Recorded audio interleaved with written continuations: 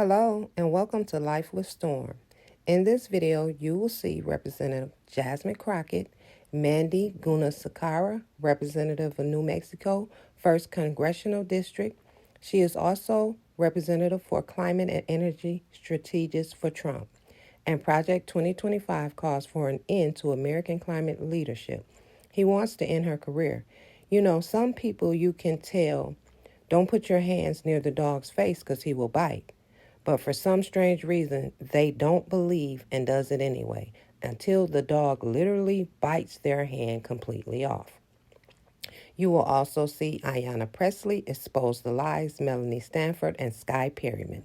Republicans have been using the House Oversight Committee meetings to air grievances about the Biden-Harris administration and show off their bold new vision for America. Unfortunately for them, Texas Representative Jasmine Crockett has been busy exposing their lies and making absolute fools out of them. You know, this hearing is actually the best example of what waste, fraud, and abuse looks like, because the only reason we're having this hearing is because somebody got their feelings hurt in a debate, and I don't understand why we're wasting taxpayer dollars. Next time, tell your big boy to show up and be ready to handle the woman in the room who hopefully will become the next president of the United States. Nevertheless, while we do have two amazing authors from Project 2025, which it seems like everybody got the memo, like, yes, I'm going to double down and say it's my thing, but I'm going to make sure I also say that it ain't our homeboys thing, because we know that it doesn't poll very well with the American people, because the American people are woke enough to recognize that there is nothing good in it for them. So with that being said, Ms. Perryman, I'm just curious, and this is yes or no. Is Trump's name ever mentioned in Project 2025? Yes or no? Just yes or no. I got you. Within the document itself, yes. There are a number of references to the former administration. So is Trump's name mentioned just one time? I believe it's mentioned more. Okay. 5 times. I haven't counted. Oh, okay. Well, if I told you that his name is mentioned approximately 312 times, would you have any reason to dispute that? I don't have any reason. Okay, thank you very much. So it's interesting that we want to try to pretend. We're not going to pretend in here. We're going to work with facts and not fiction. So here's the bottom line. Absent major reforms, Vice President Harris's $42 billion program is wired to fail. It's time to correct course. Get rid of all the extraneous political goals and focus on quickly connecting Americans. Now I'm actually going to talk about Texas, because I believe that the testimony has been somewhere around the fact that no money has actually been disputed as it relates to rural broadband. I'd also ask for unanimous consent to admit this article from the USDA.gov. USDA officials attend groundbreaking to expand high-speed internet access in rural Texas, dated March 7th, 2024, Italy, Texas. Without objection, so ordered. Thank you so much. With respect, that was not the testimony. Oh, I thought you said no dollars had been spent. The largest single program. My question is, did you not say $42 billion. Okay. 0 houses have been connected. There are other federal programs, including Trump-era ones, that right now are turning dirt and connecting. Okay, so just to be clear, because I don't want the American people to be confused, because I was confused, because it almost seemed as if, considering the fact the name of this hearing is the failed policies, as if nothing had been done. But to clarify for those that are watching, you aren't saying that no dollars have been spent as it relates to rural broadband dollars under the Infrastructure Act, correct? To be clear, for the signature effort, $42 yes or billion, no? Have any dollars been spent? not a $1. single person has been connected. That's not my question, though. My question was, have any issues? Senator Ted Cruz from Okay, Texas I'm going to move on. I'm reclaiming my time at this point. Many of these bills, I'm reclaiming my time, which means, Chairman, I'm going to per location. stop my time, because the witness is not.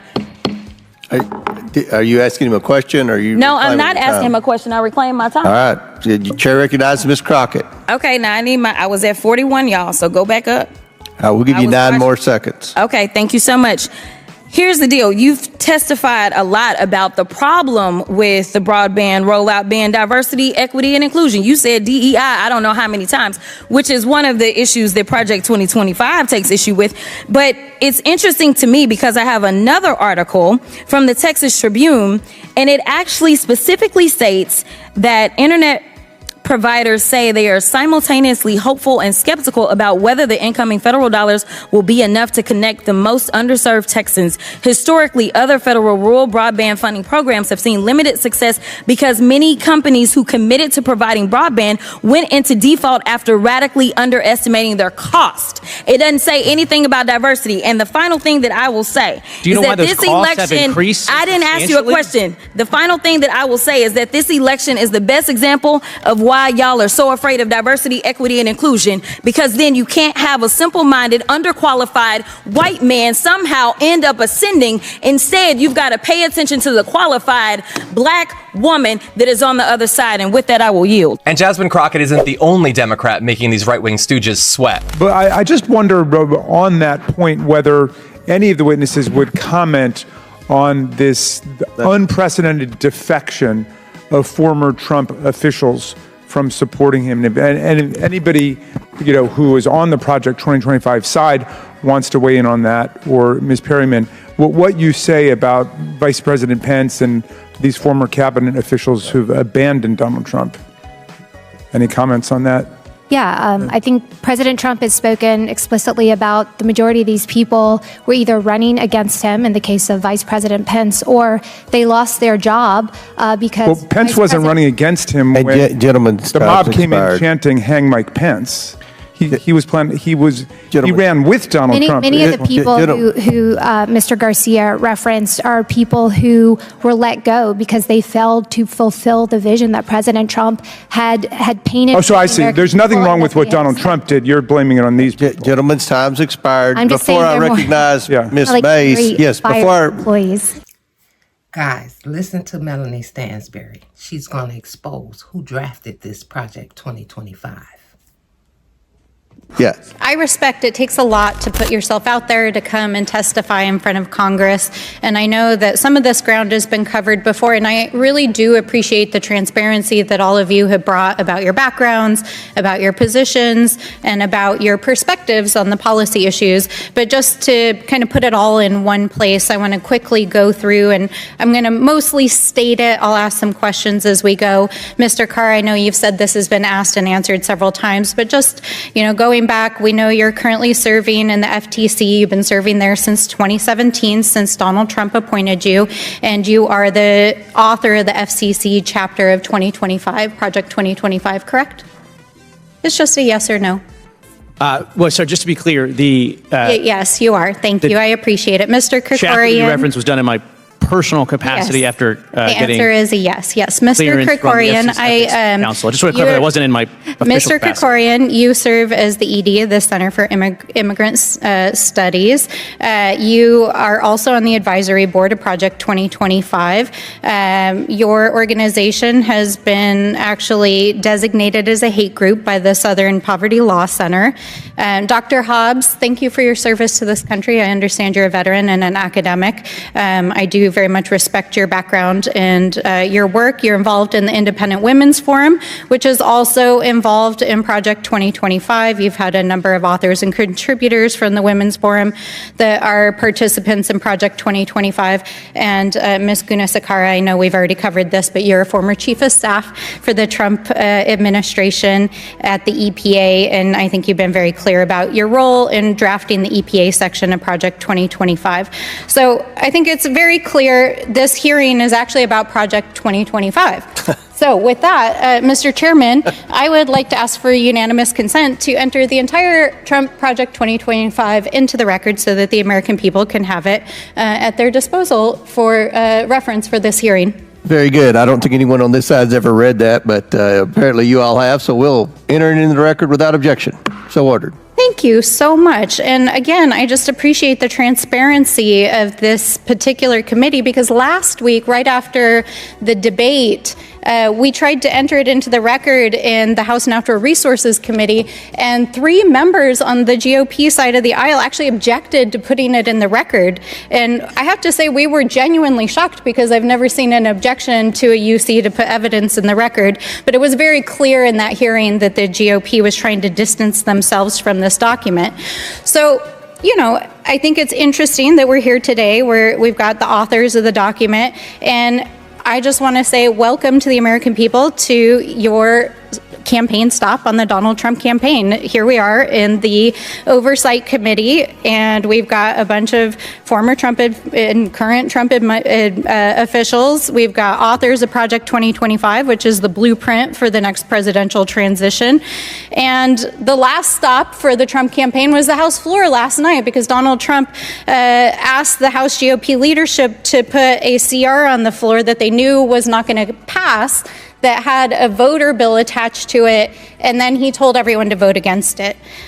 You know, we've seen over the last almost 2 years how leadership has used this committee essentially as a campaign resource.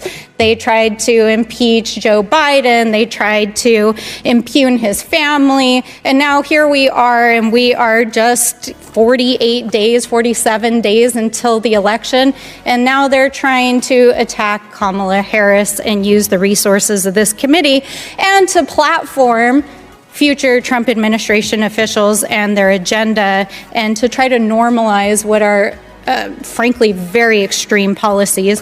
And we heard from one of the witnesses today that, in fact, not only do they support dismantling our federal government, but would support doing even more damage than was done during the Trump administration and even what is recommended inside of this book. At a time when the leader of the Republican Party is trying to claim that he has no connection whatsoever to Project 2025, an outright lie, another lie like the one that he spews daily about Haitian Americans in Springfield, Ohio. Again, the leader of the Republican Party is trying to claim that he has no connection whatsoever to Project 2025, an outright lie. Our Republican colleagues have invited 4 of the manifesto's architects to testify today. I'm over here. In a desperate attempt to erase all of the ways that the American public has benefited from the Biden-Harris administration, this committee has instead spotlighted what Project 2025 would offer: chaos and corruption. However, we would be ignoring a critical component of Project 2025 if we did not address the fact that its creators have been secretly peddling a, quote, 100-day playbook, unquote, that contains executive orders and emergency actions to roll out in the first hours of a second Trump presidency. Instead of sharing this plan with the public, an indictment of your dangerous policy plans in and of itself, those behind Project 2025 claim it is too controversial to release. Ms. Guna Sakara, yes or no? As a main author of Project 2025, are you aware of this playbook or quote unquote fourth pillar? And remember, you are under oath. Yeah, and it's online on the website. Can you please detail what exactly it calls for? I think you explained it pretty well. It is a plan of action so that when Republicans and conservatives have another chance at a next administration, there's not lost time, and so that there is a plan ready to go. I don't know if that was specific enough. You are under oath. Can you please detail what exactly it calls for, this fourth pillar, this 180-day playbook? Please detail what it calls for. Again, I'd reiterate what I just said, that I think you summarized it quite well. It includes a plan of action on day one so that but you didn't Republicans... say anything, and that's the problem. What is the plan of action? It's to institute a more conservative vision on things that the American people want, because they're experiencing all of these hardships caused by the chaos and corruption of the Biden-Harris administration. Reclaiming my time. Mr. Carr, how about you? Yes or no? As a main author of Project 2025, are you aware of this fourth pillar playbook? Well, to be yes or no? To be clear, I'm here in my official capacity. Yes or no? So I don't want to have any confusion. I'm reclaiming on that. my time. You are under oath, and I don't want you to filibuster. See, they like to filibuster instead of being truthful, which is bullshit us around, okay, with technically violating the procedures. They want to make their own rules, and that's not how it go. Yes or no, are you aware of this fourth pillar playbook? Again, just so I can be clear, that writing that I did was in my personal capacity after getting the... Reclaiming my time, I didn't ask you that. Are you aware of the fourth pillar playbook, and can you detail, as you are under oath, what exactly it calls for? Again, I've not seen this fourth pillar playbook that you're talking about. Moving on. I find it hard to believe that you don't know the details of this 100. Well, please, you are under oath, and do not waste my or the public's time. I'm happy to talk about all of the policy ideas that I've talked about. I've talked about them in that context. I want to talk about the 100-day playbook, the fourth pillar. Can you elucidate us to that? Again, All right, I'm moving on, sir. I find it hard to believe that you don't know details of the 100-day playbook, but there's one person that definitely knows. Kevin Roberts, the president of the Heritage Foundation, and that is why, as co-founder of the Stop Project 2025 Task Force, alongside Representative Jared Huffman and dozens of our colleagues, we sent a letter to Mr. Roberts requesting he testify before Congress and release this 180-day playbook. We sent this letter on August 8th. The next day, he delayed his book launch, went into hiding. Kevin Roberts, what are you so afraid of? I am disappointed but unsurprised that the authors and leaders of Project 2025 are hiding their 180-day playbook. So today, Congressman Huffman and I are announcing a new, fully confidential tip line.